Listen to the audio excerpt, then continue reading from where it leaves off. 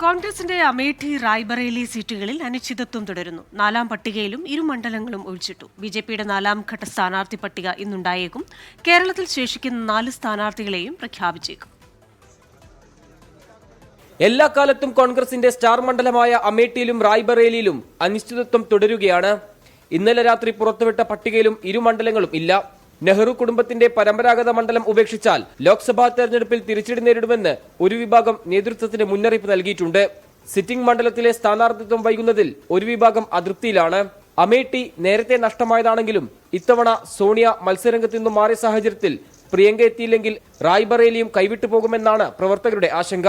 കോൺഗ്രസുമായി ധാരണയിലെത്തിയ ബംഗാളിൽ 4 സ്ഥാനാർത്ഥികളെ കൂടി CPIM പ്രഖ്യാപിച്ചു.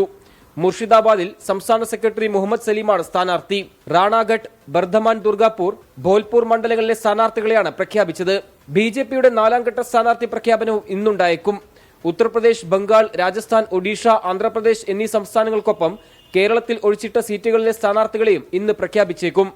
സീറ്റ് വിഭജന ചർച്ച തുടരുന്ന ബീഹാർ, മഹാരാഷ്ട്ര സംസ്ഥാനങ്ങളിലെ സ്ഥാനാർത്ഥിത്വം വൈകും. 24 ഡൽഹി. ലോകത്തെവിടെയായാലും ഏത് സമയത്തും 24 വാർത്തകളും ഓഗ്മെന്റഡ് റിയാലിറ്റി പാക്കേജുകളും എക്സ്പ്ലെയിനറുകളും വിശദമായി കാണാൻ ഞങ്ങളുടെ യൂട്യൂബ് ചാനൽ നിങ്ങൾക്ക് സബ്സ്ക്രൈബ് ചെയ്യാം.